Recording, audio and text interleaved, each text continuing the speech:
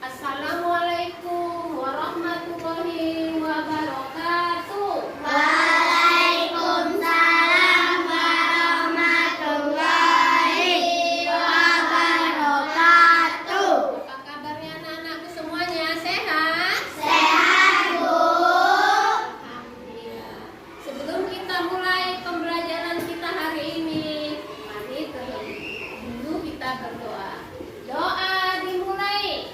Bismillahirrahmanirrahim. Rabbi zidni ilma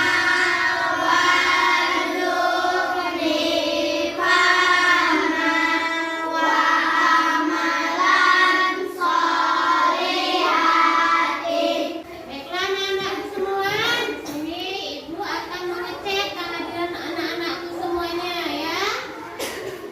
Rizka Suci Anissa, Suci Anissa, Mikaila, Naura, Nabila, Sulis.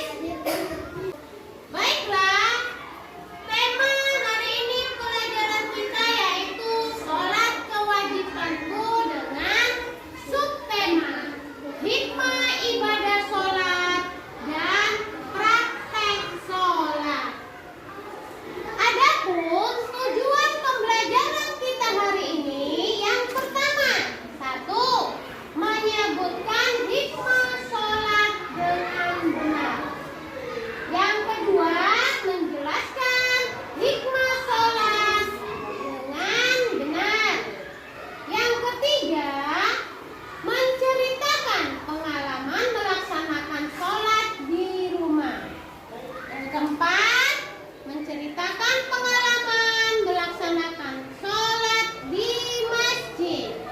Dan yang terakhir, yang kelima, mempraktekkan tata cara sholat yang baik dan benar.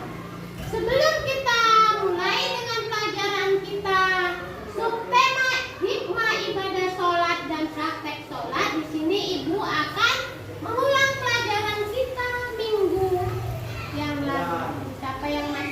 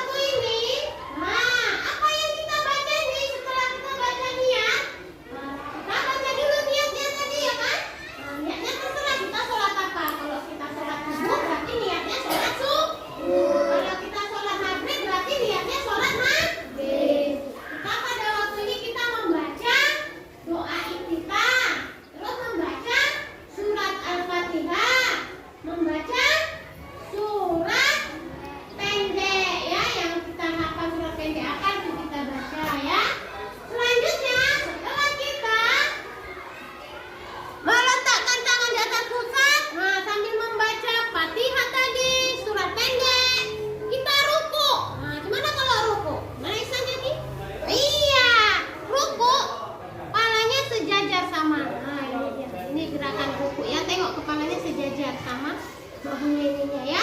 Nah, siap ruku. Gerakan selanjutnya iktidal. Iktidal.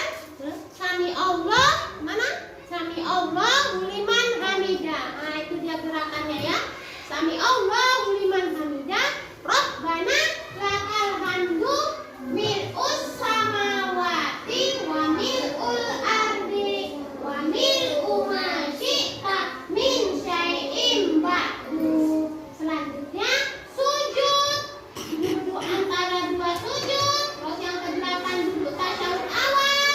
Yang ke-9 duduk tasyahud akhir. Yang ke-10 salam ya. Gerakan salam. Kalau salam gimana? Gimana? Kalau salam Assalamualaikum warahmatullah. Satunya Assalamualaikum warahmatullah. Nah, itulah dia. Gerakan dulu. Terima kasih Ihsan ya. Itulah gerakan-gerakan di dalam sholat ya.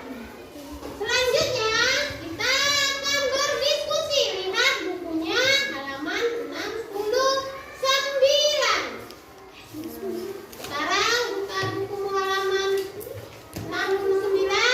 Di sini ada gambar-gambar gerakan sholat. Ibu akan kasih tugas diskusi. Ya, ini kelompok 1, kelompok 2, kelompok 3. Ya. Kelompok 1 mendiskusikan 5.8. Kelompok 2 5.9. Kelompok 3 5.10. Kita mulai diskusinya dari sekarang. Ibu kasih waktu 10 menit untuk mendiskusikannya. Kita mulai dari sekarang. Sudah selesai semua? Sekarang kita lanjutkan ke kelompok 2 untuk membacakan hasil presentasinya. Pada kelompok 2 kami persilakan. Kami dari kelompok 2 akan membacakan hasil diskusi kami tentang gambar 5.9. Gambar 5.9 menceritakan takbiratul ihram mengangkat dua tangan dengan jari terbuka, telapak dengan mengangkatnya sampai sejajar dengan bahu dan tertanda sampai dua telinga untuk laki-laki dan untuk perempuan, sejajar dengan dada, dan pada saat takbiratul ihram mengucapkan Allahu Akbar. Iya, itu hasil diskusi kelompok 2. Ada yang mau bertanya? Kelompok 1 atau kelompok 3? Oh, kelompok 3 silakan.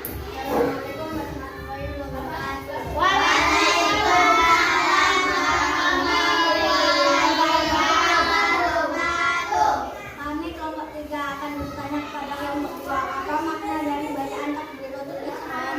Ya, udah tahu apa maknanya? Kelompok 2 mau menjawab? Baiklah, kami akan menjawab pertanyaan kelompok 3. Apa makna dari bacaan takbiratul ihram? Makna bacaan takbiratul ihram merupakan rukun salat pertama yang harus dilakukan untuk mengawali serangkaian gerakan salat yang lainnya. Iya, itu dia jawaban dari kelompok 2. Sekarang selesai sudah hasil diskusi kelompok 1, kelompok 2, kelompok 3 ya. Coba sekarang ibu mau menanya kepada anak-anakku menceritakan pengalamannya sholat di masjid. Ya, Bu. Ayo coba dulu si Ihsan Jaki. Coba dulu ceritakan pengalaman sholat di masjid. Assalamualaikum warahmatullahi wabarakatuh. Waalaikumsalam warahmatullahi wabarakatuh. Saya akan menceritakan pengalaman saya sholat di masjid. Tadi pagi saya bangun pagi, kemudian saya ke kamar mandi untuk berwudu. Kemudian saya mengganti pakaian saya dengan pakaian sholat. Setelah itu saya berangkat ke masjid bersama ayah saya. Ketika sampai ke masjid, adzan berkumandang. Setelah adzan saya sholat subuh berjamaah. Saya selalu sholat berjamaah di masjid karena nikmat dan nyaman dan akan mendapatkan pahala yang lebih besar. Itulah pengalaman saya sholat di masjid. Assalamualaikum warahmatullahi wabarakatuh.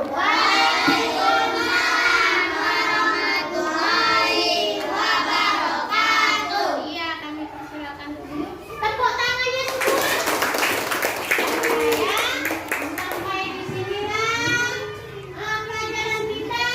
Ibu simpulkan pelajaran kita hari ini bahwa sholat akan memberikan hikmah yang bermanfaat jika dilaksanakan dengan sempurna.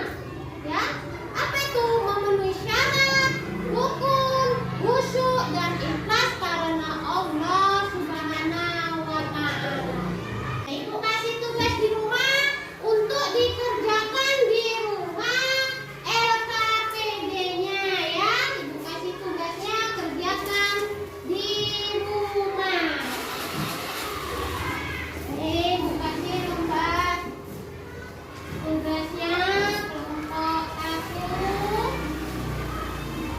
kelompok 2 sudah.